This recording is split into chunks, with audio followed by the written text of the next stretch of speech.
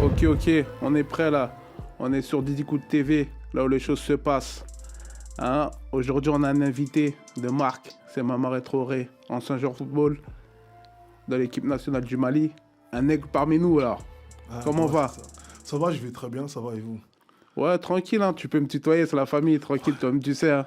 Comme tu sais. Alors, tu vas te présenter pour tous les gens qui ne te connaissent pas, parce que moi, je te connais un peu. Ouais. Et donc, les internautes ne seront pas forcément à la page, parce que toi, tu as été dans l'équipe du Mali en quelle année? En 2000, 2004, 2003. Ok. 2003, bah, en gros, je me présente, c'est Mamari Traoré, hein. Avant de me présenter, merci de m'avoir reçu sur ton plateau. À toi, c'est à Merci nous à de dire toi. merci, mon Ouais, gars. en gros, merci. Qu'est-ce que je voulais dire? Ouais, bah, 2004. Je suis ancien joueur du Mali, on va dire, j'ai pas joué, j'ai joué quoi? J'ai joué peut-être 2 ans au Mali avec l'équipe du Mali. J'ai fait les matchs de qualif, j'étais au centre de formation de Sedan, Montpellier. Malheureusement, j'ai pas signé pro à Montpellier, j'ai joué au Portugal, à Grenoble et en Grèce. Et voilà quoi, voilà mon parcours. J'ai toujours joué en deuxième division. Mais quand tu étais dans l'équipe du Mali, tu étais dans la grande équipe du Mali avec les Saïdou Keita, Ouais, les Sami ouais, Traoré. Ça, c'était l'équipe. on va dire ouais, c'était ouais, une grosse équipe. On avait pas mal de joueurs. Il y avait Mamadou Diarra, Seydou, Mohamed Sissoko, Bassala Touré. Voilà quoi. Soumaïla Koulibaly de Fribourg, Diamoutene qui joue en Italie, Foussine Diawara. Il y avait pas mal de joueurs. Il y avait une grosse équipe quoi. Toujours contact avec eux ou quoi? Non, pas en contact avec eux, on va dire. Je suis plus ou moins dans mon coin quoi. Ok, bah alors, faut que tu nous expliques comment ça se passe, tes motivations pour le foot, comment ça se fait que tu as sacrifié toute ta jeunesse dans le football. Si c'est un sacrifice déjà, on sait même pas si c'est un sacrifice ou si c'est un pur plaisir. Au jour d'aujourd'hui, les gens ils le prennent comme sacrifice. Moi, je le prends pas comme sacrifice.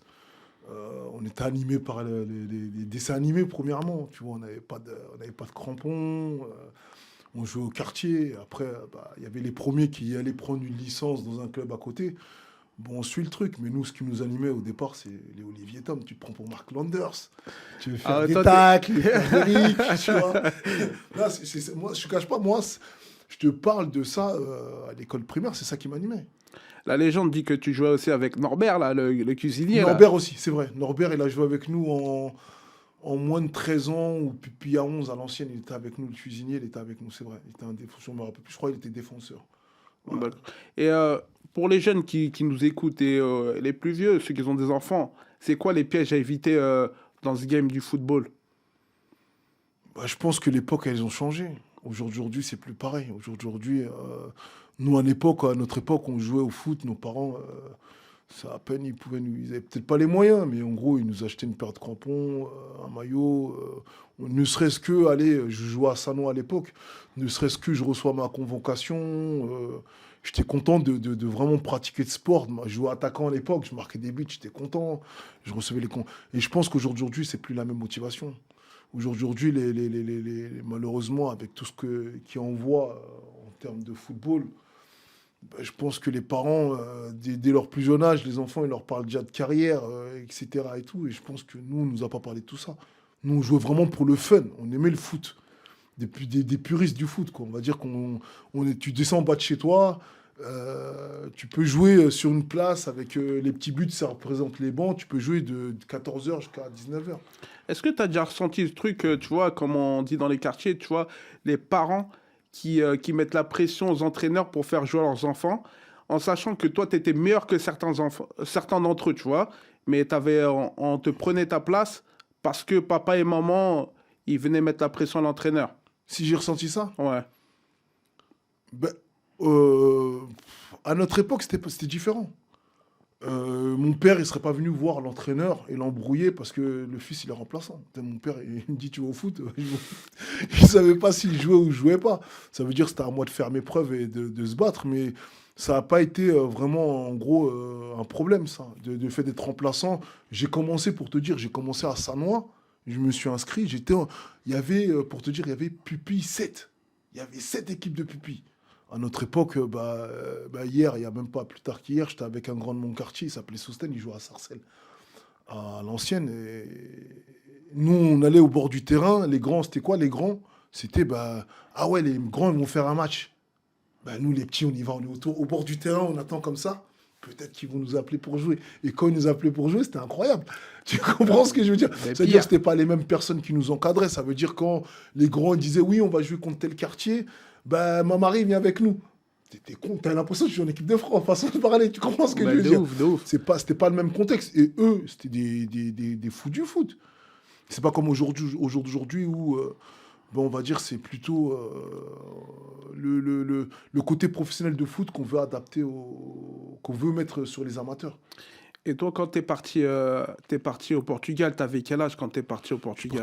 Portugal, j'avais 20 ans, 21 ans, ça a été dur. Ça a été dur sans. Ah, Bah, en c'était plus, dur.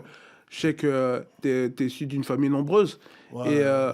te retrouver seul du jour au lendemain, c'est comment? Bah, ça, je l'avais vécu à Sedan. Quand j'étais à Sedan, bah, j'étais au centre de formation. Bah, tu comptes les jours. Je comptais les jours pour rentrer à Paris. Tu sais pas encore où tu as mis les pieds. Ça veut dire que tu apprends au fur et à mesure du temps. Il y avait des grands à moi qui m'ont plus ou moins recadré parce que pendant que toi, tu es en train de courir dans les Ardennes, il fait chaud, tes potes, ils sont au Cap d'Agde. Tu vois ce que je veux dire? Ils sont en vacances, toi, tu comprends peut-être pas trop, tu as envie de truquer, mais après, il y a des grands frères qui m'ont bien encadré, qui ont su me parler. Et en gros, après, tu vois où ça peut t'amener. Tu commences vraiment à réaliser où ça peut t'amener. Petite question, je sais pas si c'est indiscret, tout ça. Qu'est-ce que t'as fait de ta première paye, en fait? Comment t'as géré Ma ta première première paye, paye? Ouais, je te parle sincèrement de ma première paye. ouais. Je vais t'expliquer ma première paye. Ma première paye, j'étais à Sedan, le club, il était en national. En national, ça veut dire quand j'ai signé, il était en D2. J'ai signé au mois de juin. Et quand je suis arrivé au mois de juillet à la reprise, j'étais en moins de 17, le club, il descend en national. Ça veut dire que j'arrive dans un club de national qui garde le statut pro pendant un an. Bah, je vais vraiment te raconter les choses, quoi.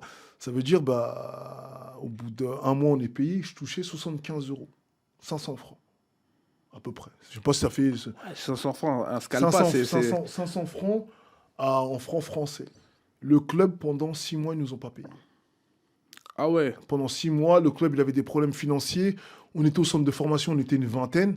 Ben, la femme qui était occupée de faire à manger, elle disait, ben, malheureusement, aujourd'hui, vous allez vous partager un steak chacun. Le club, il avait des problèmes. Et nous, on était là-bas, ben, on patientait. Tu vois. Les parents nous appelaient, ouais, ça, c'était pas autant du portable. Il y avait un téléphone dans le bâtiment. Et plus ou moins, tout le monde passait plus ou moins ses appels, il recevait ses appels. Allô, ma Marie, ouais, c'est pour toi. Tu descends du centre de ta chambre, tu descends, ouais, c'est ton père, il te parle, ouais, ça va, ouais, ça va. Ouais, c'est comme l'époque Clairefontaine sur Canal+, quoi. Ouais, on va dire, ouais, pas les mêmes conditions. Pas les mêmes conditions. C'est pas du tout les mêmes conditions. Mais je me plains pas, au contraire, c'était vraiment une expérience vraiment enrichissante, quoi. Ça veut dire que si tu me dis, ouais, ma Marie, est-ce que tu regrettes ces années-là? Au contraire, non, ça m'a beaucoup appris. J'ai beaucoup Après, appris. là, et petite question, là, on va mettre les pieds dans le plat. Euh, T'as peur de la peur en Grèce. En Grèce, c'est connu que. En Grèce, c'est bizarre les trucs, de la corruption, des trucs comme ça, chelous et tout. C'est quoi les bails? Il faut nous dire, quoi. En Grèce, c'est compliqué. Déjà, premièrement, tu me parles de ça. Ça fait, faut refaire le chemin. Faut refaire le chemin dans l'autre sens, de se dire, ah ouais, t'as été formé avec certains joueurs, toi, t'as pas signé pro, et eux, ils ont signé pro. T'es frustré. Tu joues avec Elissa, avec Didi, lui, il est au PSG, toi, tu te retrouves en Grèce. Déjà, il faut venir de se dire, hey, tu sais quoi, chacun sa carrière, chacun son destin. Je pense que c'est important. À un moment donné, s'asseoir, se dire, hey, tu sais quoi, si tu te calques sur un tel, tu vas être frustré toute ta vie. Accepte ce qui t'arrive. C'est-à-dire que ça, c'est la première des choses. Tu te retrouves en Grèce, bah, deuxième division en Grèce. Je dirais pas que ouais, le niveau, il est autre. La mentalité, elle est autre. Les conditions, elles sont autres. On ne te paye pas en temps et en heure. Euh, on te paye selon tes performances. Et ça, c'est la réalité. C'est pas tout le monde qui joue au football et qui est comme Messi ou Ronaldo? Mbappé ou Ronaldo. Il y a aussi ben, les mecs qui jouent au football pendant toute leur carrière, ils gagnent 5 000 euros. 5 000 euros. Je dis pas que c'est une petite somme. 5 000 euros, c'est le salaire d'un cadre à la défense ou je sais pas où. Et le gamin, il est tellement projeté ou il est tellement sur les grands joueurs que ben, il est frustré. Il se dit, ouais, j'ai raté ma life, j'ai raté ma carrière. Non, non, non. Et à un moment donné, il faut accepter les choses. C'est pas tout le monde qui va devenir un Mbappé, c'est pas tout le monde qui va devenir un Thierry Henry, un LK ou quoi que ce soit. Il faut accepter les choses. Et c'est une réalité du foot. Et tu penses que aussi le dopage, c'est une réalité dans le football? Ou ce fut une réalité? Dopage, c'est une réalité dans le football. Je dirais pas que dans le football, dans la vie, tout simplement. Ouais, Si c'est tu sais clair. que tu bois 10 cafés et tu tiens la route à ton travail, je peux pas t'en dire plus, moi. Mais en gros, s'il sait, le mec, il est là, on lui dit, ouais, bah, il s'est couché à je sais pas quelle heure. Demain matin, il doit être au travail et il sait que pour tenir la route, il doit boire du café. Bah, après, c'est de se dire chaque chose en son les limites. Mais aujourd'hui, on leur demande tellement beaucoup aux joueurs de foot. Je dis pas Ça justifie rien, quoi. Non, je dis pas que ça justifie. Je suis pas là en train de dire, ouais, il y a du dopage ou quoi que ce soit. Je suis là en train de dire que quoi, ben, on leur demande tellement qu'il faut vraiment que le mec il ait une hygiène de vie respectable, impeccable. C'est-à-dire que le mec, il joue la Ligue des Champions. Je te parle vraiment le mec qui est au top, quoi. Il joue la Ligue des Champions. Il joue le match de championnat. Il joue la Coupe de la Ligue. Il joue la Coupe de France. Et en plus de ça, il joue la coupe compétition avec sa nation. Le mec, il a 50 matchs dans l'année. Il joue mercredi, samedi. C'est-à-dire vraiment, je dirais pas du dopage, mais je dirais qu'il faut avoir vraiment une hygiène de vie vraiment carrée. Carrée, pas ce qu'on voit malheureusement où les petits font que de sortir. Même nous, on est passé par là malheureusement. Et on va dire qu'on était peut-être assez cadré pour pouvoir. Et toi, t'avais un manager à cette époque-là ou c'est toi qui menais ta barque J'ai eu un solo? manager à une époque, je ne vais pas dire son nom, j'ai eu un manager à une époque, ça s'est pas très bien passé. Ça s'est bien passé, je ne veux pas cracher dans la soupe. Montpellier, ils m'ont dit comme quoi ils ne voulaient pas me faire signer pro après 4 ans de centre de formation. C'est dur, Hmm. c'est dur. Mais on veut des blazes, on veut des... Non, je plaisante.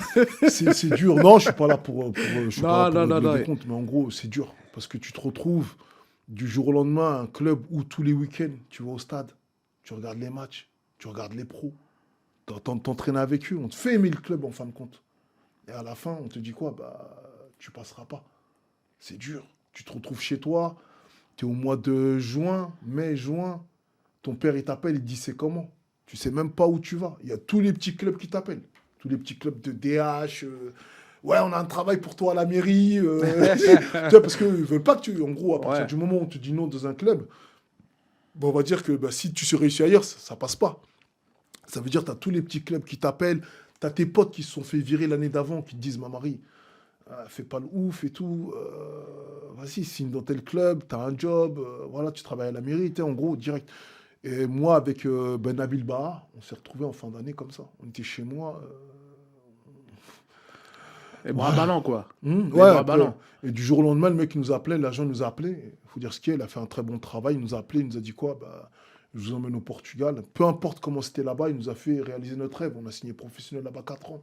Après, ça s'est passé comme ça s'est passé.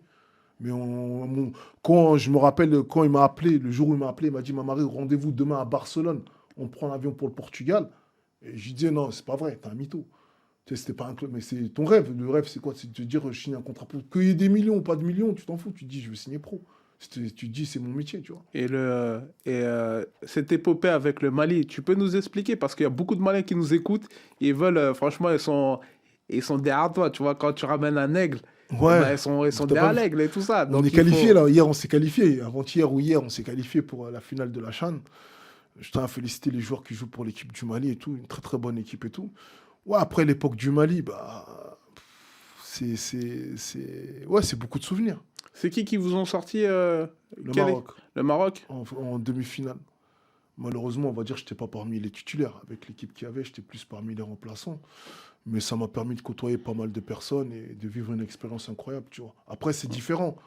C'est vraiment, vraiment différent. Moi, on va dire que ça ne me posait pas de problème d'aller jouer avec le Mali. Par rapport au fait que bah, mes parents, ils viennent pas de Bamako, mes parents viennent du village.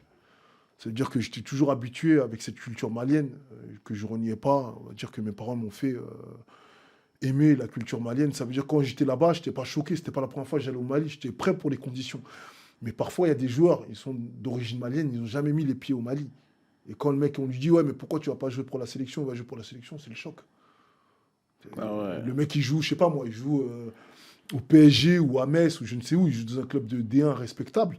Il y a certaines conditions. Tu arrives là-bas, après, c'est plus ou moins l'Afrique, mais il faut s'adapter. On se plaignait pas des conditions, mais voilà, c'est comme c'est. Parce que là, il y a comme Seydou, lui, c'était quand même la superstar du Mali. Ouais, Et de passer du Barça à. À l'époque, il était au Barça? mais c'est différent. Parce qu'après, tu as les joueurs locaux, tu as les joueurs qui sont dans le championnat français ou bien dans les championnats européens, qui ont grandi au Mali, qui ont fait des académies là-bas, et ceux qui sont nés en Europe comme nous. Ah, Ouais, d'accord. c'est-dire c'est deux choses différentes. D'accord, d'accord. Eux, ils savent comment c'est sur place. Mais toi, en tant que personne malienne qui est née ici, Ouais, Franco. on a franco-malienne, c'est différent. Et si t'as pas eu cette culture malienne, tu vas être choqué.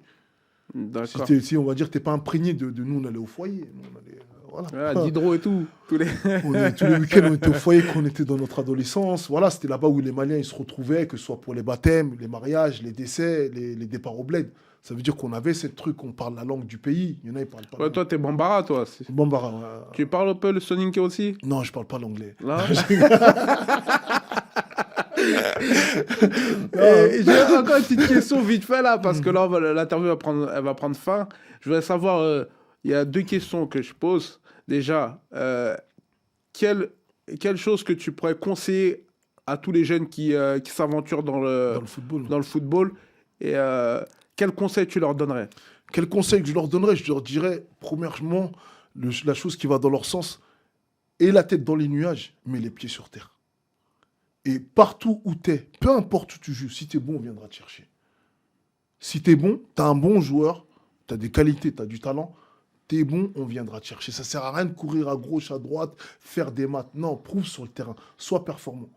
Et, et ce que je dirais, c'est pense à l'après-carrière. Pense à ce qui va se passer après. Ne pense pas ouais, que football, en gros, tu es en mode truc et tout. Nous, nous a fait faire des erreurs, j'ai arrêté l'école en troisième. Le directeur du centre, il est venu voir mon père, il a dit oui, votre fils l'année prochaine, il s'entraîne avec l'équipe réserve.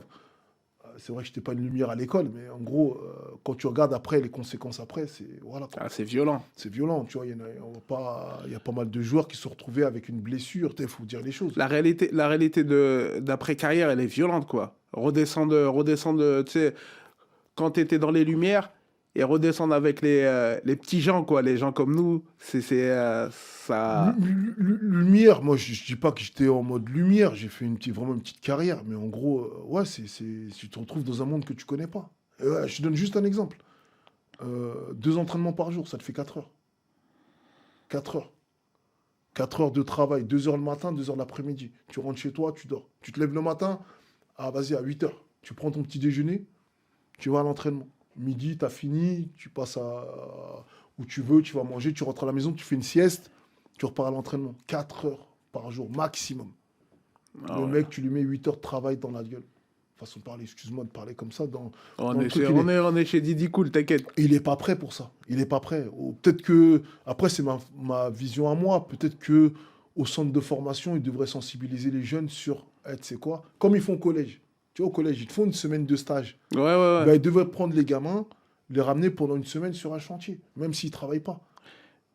C'est De, vrai. de venir de les éduquer, que ce soit financièrement. Tu vois, tu viens, bah, 5 000 euros, c'est pas rien. C'est 3 clair. 000 euros, c'est pas rien. C'est Mais en clair. gros, comme tu regardes Messi et Ronaldo, tu te dis, ah, laisse tomber. Et c'est une réalité. Les mecs qui jouent en national, ils gagnent pas tous 20, 30, 40 000 euros. Hein. Et la dernière question pour conclure cette interview, c'est pour toi, qu'est-ce que la cité t'a apporté et qu'est-ce que la cité t'a apporté et comment tu vois la cité en quelques mots en fait? La cité, quand je dis la cité, c'est pas la banlieue parisienne, c'est toutes les cités, que ce soit Marseille, Montpellier, Grenoble, Nancy, tu vois ce que je veux En dire? positif, tu parles. Comme tu veux, t'as libre choix. Je te dirais, bah, c'est un mélange de cultures, premièrement. Ça m'a appris de connaître un Algérien, un Portugais, un Malien, Soninké, un Malien Peul, un Indien. Ça nous a permis de plus ou moins d'échanger les cultures. Hein. Tu viens, bah, ton ami d'enfance, ça va être un Tunisien. Il y a des affinités. Après, ça passe au-delà Je pense que c'est deux choses qu'il faut bien jauger. Tu te retrouves avec ta culture malienne, mais indirectement dans le quartier dans lequel tu es, bah, tu apprends à travers l'autre culture. Et je pense que c'est un échange. Et je pense que c'est vraiment, côté positif, vraiment enrichissant. Il y a des choses qu'on n'aurait jamais connues. Tu n'aurais jamais connu les briques s'il n'y avait pas un Algérien. Je comprends ce que je veux dire, tu Ouais, vois. On va c'est dire clair. que ce n'est pas juste culinaire, mais en gros, tu apprends à connaître les autres. Et les autres aussi, ils apprennent à te connaître. Et tu apprends à plus ou moins de cette variété d'origines et de nationalités qui font que c'est la cité. Et je pense que c'est positif. Ok, donc la cité, c'est positif pour vous. Après, si on parle des points négatifs, il y en a des points négatifs, mais aujourd'hui, on va dire que voyons les choses positives comme elles sont. Et je pense que c'est aussi une force. Et les gens, ils se sentent aussi chez eux, quelque part. Dans ce melting pot de toutes ces nationalités. Les gens, ils se sentent chez eux et il est plus rassuré en étant dans son quartier qu'en étant dans le 16 ou je sais pas où, tu vois. C'est clair. Mm. Bah, merci beaucoup, Mamary Traoré. Franchement, ça m'a fait plaisir de te voir. Et j'espère qu'on va se revoir. Il n'y a pas de souci, Et Didi, cool. franchement, Kiwi. aïe. Et comme ça, chez nous, c'est aïe aïe, Ça mon fait. pote.